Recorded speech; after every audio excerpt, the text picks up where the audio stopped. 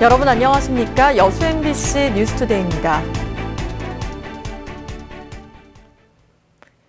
광양시 광양읍에 있는 서울대 학술림이 조만간 옥룡면 추산시험장으로 이전을 추진 중인 것으로 알려지면서 학술림 활용 방안에 관심이 높아지고 있습니다. 광양시는 광양읍 도시재생에 맞춰 시민공원으로 조성한다는 계획이지만 서울대 측이 구체적인 답변을 내놓지 않고 있습니다. 김종태 기자입니다. 일제강점기 백운산 학술 연구를 위해 지어진 남부학술림 광양사무소. 해방 이후 학술림 임야와 사무소, 옛 관사를 서울대 측이 국유림으로 대부받아 지금까지 관리해오고 있습니다. 서울대 측은 사무소 업무와 사무 인력을 조만간 옥룡면 추산시험장으로 이전하고 기존 사무소에는 관련 인력만 배치할 계획입니다. 지역민들은 서울대 학술림이 광양읍 도심 한복판에 수십 년 동안 자리해 도시 성장을 막고 있다며 조속한 사무소 이전이나 개방을 통해 학술림 활용 방안을 찾아야 한다고 주장합니다. 관리 업무 이전에 따라 사무소에 보존해야 할 것은 보존하는 틀에서 광양읍 발전과 시민을 위해 활용돼야 한다는 것입니다. 오랫동안 높은 장벽으로 차단되어 있다 보니까 전반적으로 광양시의 도시 재생에 좀 이렇게 저해를 주는 여건도 있고요. 산림 연구로 표본 전시되었던 것들도 개방을 하고. 광양시도 학술림이 이전할 경우 공원으로 지정해 시민 휴식 공간으로 활용할 계획이라고 밝혔습니다. 하지만 서울대 측은 아직 학술림 이전이 확정되지 않은 데다 공원 지정을 위해서는 학술림 매각 등 복잡한 절차가 남아있다며 활용 방안의 확답을 피하고 있습니다.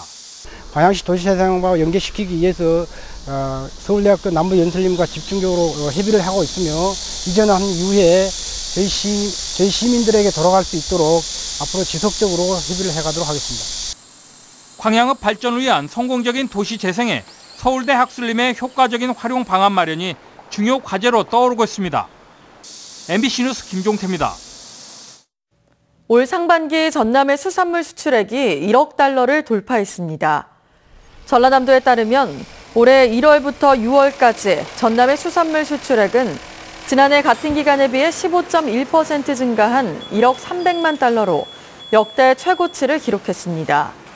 품목별로는 김이 20% 가까이 증가한 5,100만 달러로 가장 많았고 전복 1,800만 달러, 미역이 1,200만 달러로 뒤를 이었습니다. 기업 운영을 통해 지역 공동체를 살리고 취약계층을 보호하자는 취지의 사회적 기업 들어보셨을 겁니다. 하지만 당국의 지원을 받으면서도 근로자의 임금을 빼돌리는 사례가 적발돼 전반적인 재점검이 필요해 보입니다. 박광수 기자입니다. 순천시로부터 예비 사회적 기업으로 지정된 구도심 중심가의 도시락 카페. 지난해 9월부터 매달 직원들의 임금 일부를 시 예산에서 지원받아왔지만 제대로 지급하지 않았습니다. 지난달 고용노동청과 지자체의 합동점검 결과 직원 월급 30%를 고정적으로 환급받아온 사실이 드러난 겁니다. 요 금액에 우리가 같이 일할 수 있겠느냐. 그래서 이게 합의하에서 그 금액을 주기로 하고 채용을 해서. 특히 이번 사례는 단속반이 해당 직원을 구두 면담하는 과정에서 우연히 확인된 것으로 마을기업의 특성상 다른 업체에도 서류로 확인하기 힘든 지원금 유용이 만연돼 있을 가능성도 배제할 수 없습니다. 저희도 관리 감독에 대해서 부분은 통감을 하고요. 행정에서 1차적으로 한 번에 또 환수 조치가 있겠지만 또 이제 2차적인 또 제재 사항이 또 부과 이제 될 거고요. 사회적 기업에 지원되는 지방정부 예산은 올해 순천 지역만 모두 8억 원. 해마다 규모가 커지고 경쟁이 치열해지다 보니 시 유력층이 밀어야 지정될 수 있다는 볼멘 소리도 나오고 있습니다. 순천시는 시 예산이 지원되는 관내 10개 사회적 기업을 대상으로 다음 달부터 회계 처리를 중심으로 집중 점검을 벌이기로 했습니다. MBC 뉴스 박광수입니다. 광양시가 지역 청년들의 사회참여 보장과 자립 기반 재정 지원을 위한 청년 기본조례를 제정했습니다. 광양시는 조례를 통해 20명 이내의 청년정책위원회를 구성하고 청년 정책의 기본 방향 설정은 물론 청년 고용 확대와 청년 생활 안정 방안 등을 중점적으로 논의할 계획입니다. 광양시는 이번 조례 제정이 청년 고용 확대를 위한 시책 개발에 큰 도움이 될 것으로 기대했습니다. 갈수록 더위가 심해지는 여름 날씨에 행정당국이 손을 놓고 있는 건 아닙니다. 광주 온도 1도씩 낮추기 등과 같은 중장기적 대책을 시행하고 있기는 한데 이게 얼마나 효과가 있을지는 모르겠습니다. 김철원 기자입니다. 119 소방대원들이 거리에 물을 뿌리고 있습니다. 달구어진 도심 거리를 식혀보자고 광주시가 지난 주말부터 시작한 폭염 대책입니다. 물이 뿌려지는 순간만큼은 시원해서 시민들이 좋아합니다. 물 뿌렸을 때랑 안 뿌렸을 때랑 좀 비교해서 차이가 많이 나지. 온도 차이가. 좀 좋으신가요? 이렇게? 뭐 좋기만 해. 그냥 자주 와서 뿌려줘요. 하지만 광주시의 이 같은 폭염 대책은 즉흥적이라는 비판을 피하기 어렵습니다. 물 뿌리기 대책의 경우 광주시가 살수차를 아직까지 확보하지 못해 이렇게 비상 대기해야 하는 소방차까지 동원해 물 뿌리기를 하고 있는 실정입니다. 무더위 쉼터를 운영하고 경로당에 에어컨을 놓는 등의 단기 대책만큼이나 광주시는 도심 열섬 현상을 완화할 수 있는 근본 방안을 고민하고 있습니다. 광주의 폭염 일수가 22년 만에 최악이었던 지난해 여름을 나면서 단기 대책만으로는 한계를 절감했기 때문입니다. 광주시는 지난 2월 민관 합동팀을 꾸려 광주 온도 1도씨 낮추기 프로젝트 시행에 들어갔습니다. 좀 실효성 있고 또 실천력 있게 좀 만들어 보기 위해서 저희 행정기관에서 단독으로 한 게 아니고 시민 토론회라든가 그다음에 공모, 그다음에 백인 토론회 이런 것 등을 통해서. 하지만 이 팀에서 내놓은 시민 실천 과제 등을 보면 대중교통 이용하기, 나무 심기 등과 같은 보편적인 것들이어서 더워진 광주를 식힐 수 있는 지역적 특성을 반영한 실질적인 대책인지에 대한 의문이 들기도 합니다.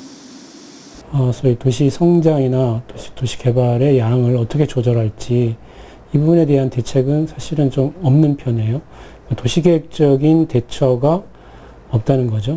열섬 현상 완화를 위해 나무를 심고 숲 공간을 확보해야 한다면서 민간 건설사의 공원 면적의 30% 개발권을 인정해주는 민간공원 사업을 추진했던 것 역시 정책적으로는 모순이 아니었는지 성찰이 필요한 대목입니다. MBC 뉴스 김철원입니다. 여수 국동항 수변공원에 다음 달 7일부터 1년 동안 푸드트럭이 운영됩니다.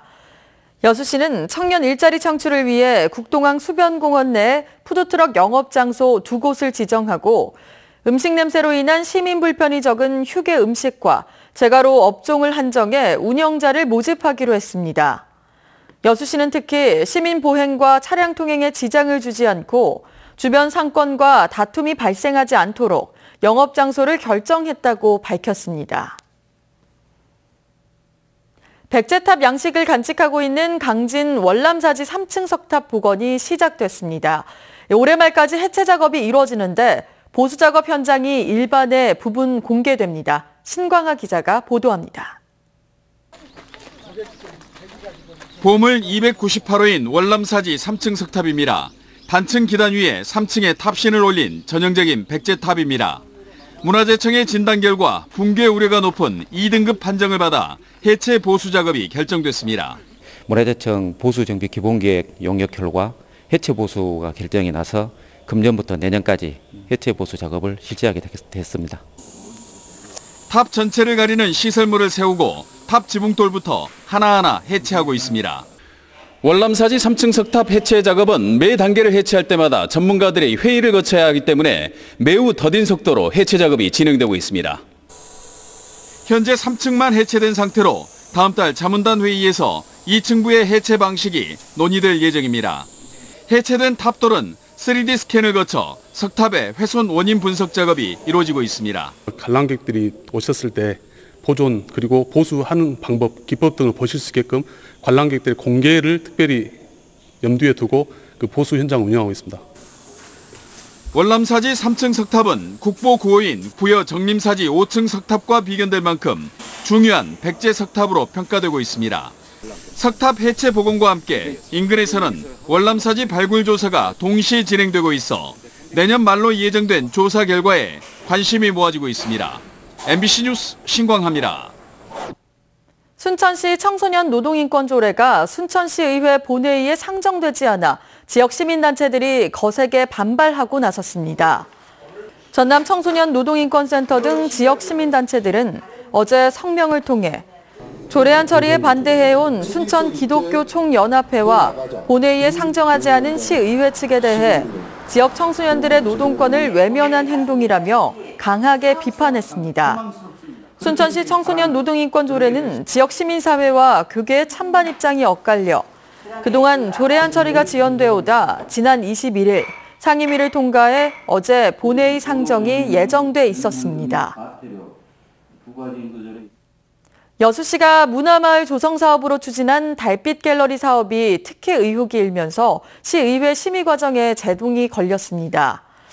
여수시의회는 최근 여수시가 12억 4천여만 원을 들여 건립한 달빛 갤러리 사업이 특정 마을 기업의 무상위탁 운영되는 것은 절차상 이해하기 힘들고 특혜 의혹이 있다며 추후 현장 실사 등을 거친 다음 재심의하기로 하고 심사 보류를 결정했습니다. 여수시는 고소동 천사벽화마을 일원에 카페와 전시시설을 갖춘 문화마을 조성사업의 하나로 추진했으며 국비와 시비 등 4억 원을 들여 지난달 2층의 건물에 달빛 갤러리를 건립했습니다. 광양만권 경제자유구역 내 입주기업의 활성화를 위한 1기업 1도우미제가 업체들로부터 좋은 반응을 얻고 있습니다. 광양만권 경제자유구역청은 경제자유구역 내 입주기업을 대상으로 담당 직원들이 분기별로 최소 한 차례 이상 담당 기업을 직접 찾아가 현장 체험을 통해 애로사항을 청취하는 1기업 1도우미제를 시행하고 있습니다. 경제청은 이에 따라 올해 들어서만 모두 12건의 기업 애로사항을 접수해 이 가운데 10건 이상을 처리해주는 등 발빠른 민원 해결을 통한 투자 유치에 적극 나서고 있습니다.